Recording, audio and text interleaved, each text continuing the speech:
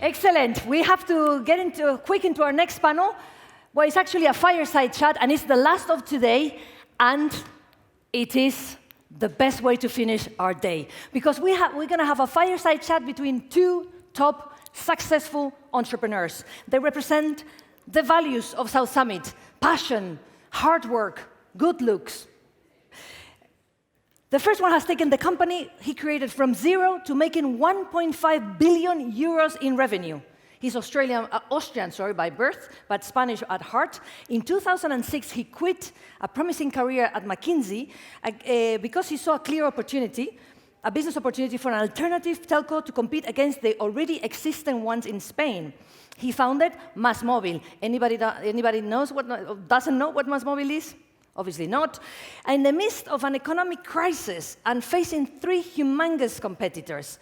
Well, fast forward a few years, and this guy, now his company has become the fourth largest telecom operation in Spain with more than 8.5 million customers and is listed in the IBEX 35.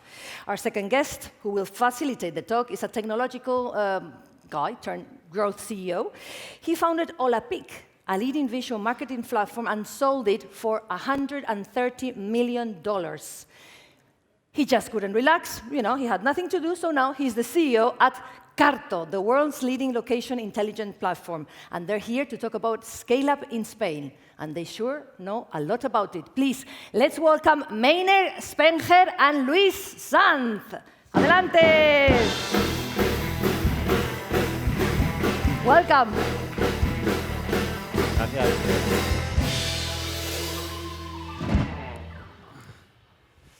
Well, good evening, everyone. Thank you for staying late today. Thank you, Meini, for being with us today. We know you're pretty busy. The idea of this is to have a conversation now about what are the challenges of scaling a company in Spain. But even before that, you're originally from Austria, and you started a telco in Spain. Those are two things that are not necessarily obvious. So what were you thinking? Well, not too much, because I did not know what would happen after creating a company. But Luis, thanks for your time and for you for joining us. Basically, we created MasMovil in 2006. In 2006, Spain was the most expensive country in Europe in mobile telephony. Point one. And point two, basically, the Spaniards were the less satisfied clients in Europe. Mm-hmm. So we said we created a concept called mobile virtual network operator. That is an operator that rents the network from a traditional telco operator, and then commercializes the services to the end clients. And this concept was very successful in Northern Europe. Mm-hmm. And we said, okay, if this works in countries with much more aggressive price levels and with service levels also higher than in Spain, it should work also here. At the end, it worked out well, but we had very tough years at the beginning. And why was it tough? What was the hardest part at the beginning? Look, we came to Spain with the support of regulation. Basically, the Spanish regulator said, okay, there is no real competition in the market. Three operators, same price levels, so not really good client service. So he obliged the operators to open up their networks for new agents like MasMovil. So this was formally an obligation, but in practice, mm-hmm. It was not that obvious that we would get a contract and access to the networks. So we had to fight and negotiate for 2 years, 2 years without salary, eating pasta and pesto every second day, sharing apartment with a friend and the co-founder, Christian. And so we were back to university, more or less. Yeah, it's something that is happening a lot these days, that you can see, like with all those new business models, how regulation in Spain is playing a very significant role on the success of all those new mobility platforms or not letting them operate and things like that. Would you say that that's something that marked the destiny of your company? Well, it was a stimulus at the beginning, and we would not have come to Spain to create a company without regulation. But at the end, after that, it was more we advanced more to commercial negotiations than actual obligations. No? Mm-hmm. I think that's one of the key success factors that we have demonstrated over 15 years, that we are a reliable partner, that our business partners can trust in us. I recall that we once paid late one bill. We pre-announced 2 months before that we would pay late, but in general, people knew that they could trust us. And so, yeah, that's one of probably the important things. Create trustful relationships. Yeah, no, that makes sense. And so you get to the point, you get your license, you start operating, but you're still competing with some of the most powerful companies in Spain. How was that experience when you were still small and nimble? Well, we launched our services in 2008. So in February 2008, people could start talking to us, with our services, no? And this was exactly the time when the Spanish crisis, financial and economic crisis, really started. So for startups, this was a difficult time to raise money. And so we had to learn to grow efficiently, basically with our own resources, which were not that many. We are normal people, no? And that helped us a lot in the later years, because in our DNA, there's still, let's say, one element is to spend our money wisely and to think a lot and be prudent when spending. And so we started in 2008 and grew during the years of crisis until 2013 to around 200,000 clients, not more, which is okay for a country like Austria, but in Spain with almost 50 million inhabitants, it's not very relevant in the sector. In 2014, we became public at the stock exchange for small and medium enterprises in Spain, the so-called alternative market. We raised money and then had funds to accelerate our growth. That makes sense. And you mentioned that you started during the crisis, and it's always said that when you start a company in times of economic bonanzas, it's actually harder to do it because it's very difficult to attract talent because there are a lot of opportunities for there, as opposed to crisis times when you are actually able to attract better people. Is that your experience, or how was that? No, not really. You have to imagine, I think Spain evolved very well in terms of entrepreneurship and creating an ecosystem in the last 15 years. In 2006, it was not like that. I had a girlfriend when I arrived to Spain, a Spanish girlfriend, and their family everybody was thinking I was completely crazy. Yeah.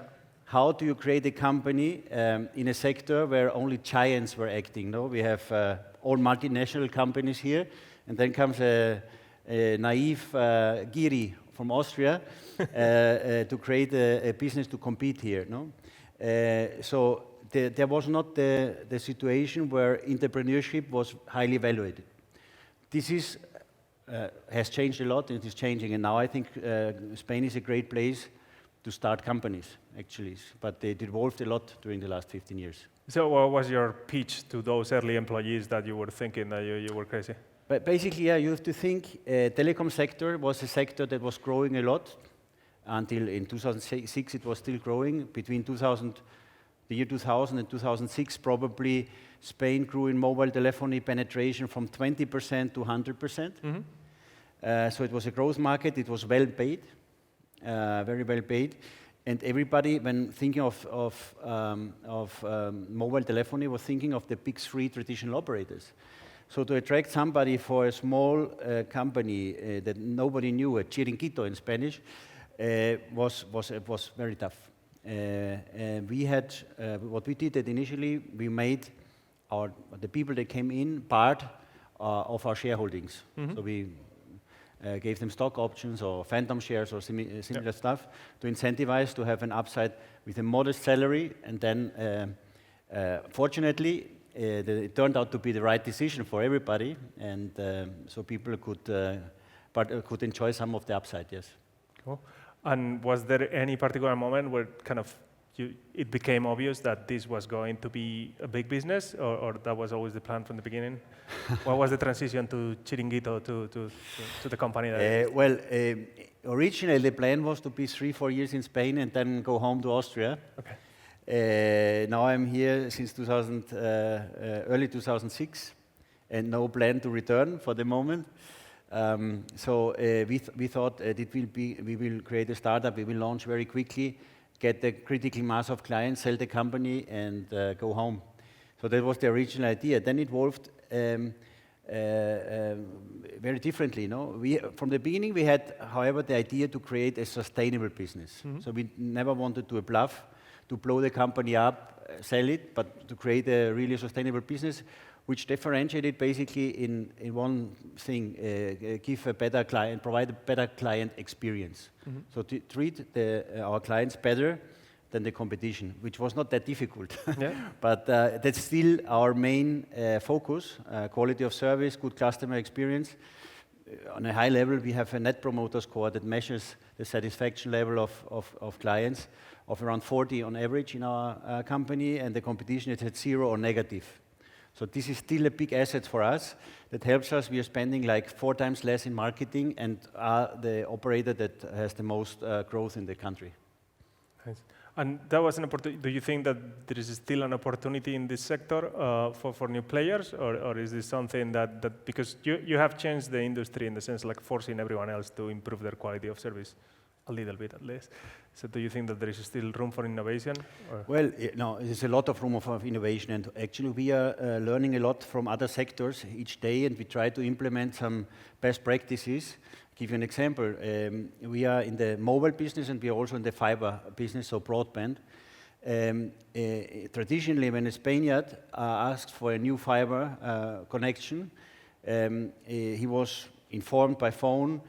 We passed by that day, so that day the person or the client had to take off vacation from work, wait at home until the technician would come to install the fiber connection. Yep. What we did is first we plan very precisely the slots, the time slot, so it's a 2-hour time slot more or less. And then we brought in what we call the Cabify or the Uber of the technicians.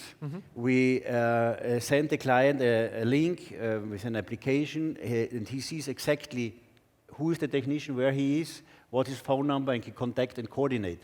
And that's such a simple thing that is not rocket science. Yep. But improves a lot the customer experience. So we are learning a lot, we are innovating a lot. However, telco there are a lot of fixed costs. So infrastructure is very important, and infrastructure is very expensive. So for new entrants, that's a big barrier. Yep. And we are quite happy. We have both fantastic fiber infrastructure as well as mobile infrastructure. So we can fill up this infrastructure now, our networks with clients, and they have a fantastic experience. Nice. And forgetting about telco for a second, I mean, you've done something that is very unusual. That is like, if you look at the companies in the IBEX 35, like they don't change that often. It's very rare that you get new companies and companies built from scratch together, and you've been able to do that. Any particular advice for any other entrepreneur from Spain or not, that if you're taking that route, that you will have to think about? No, I mean, obviously we have to be honest. There was initially a low probability that we would reach IBEX 35, and we did not expect it. However, we evolved very well on the stock exchange. Our investors understood that we are not a typical telco, so we are not bureaucratic, slow, and we are especially very efficient in investments.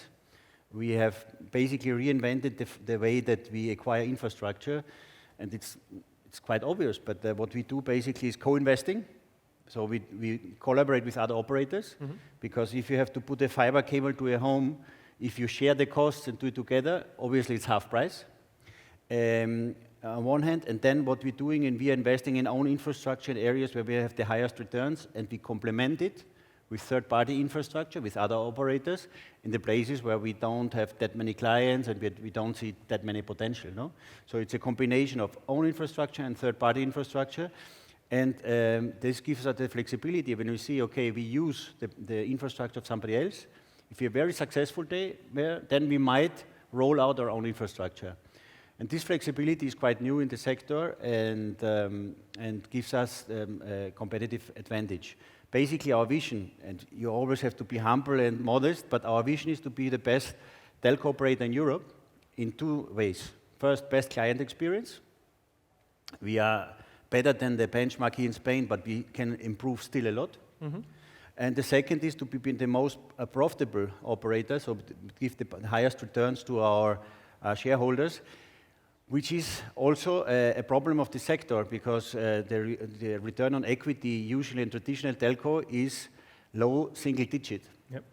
And that's really a problem, and it's a problem of positioning. If you think today, it's much easier to sell a cup of coffee for 5 euros at Starbucks than to increase your mobile bill for 5 euros.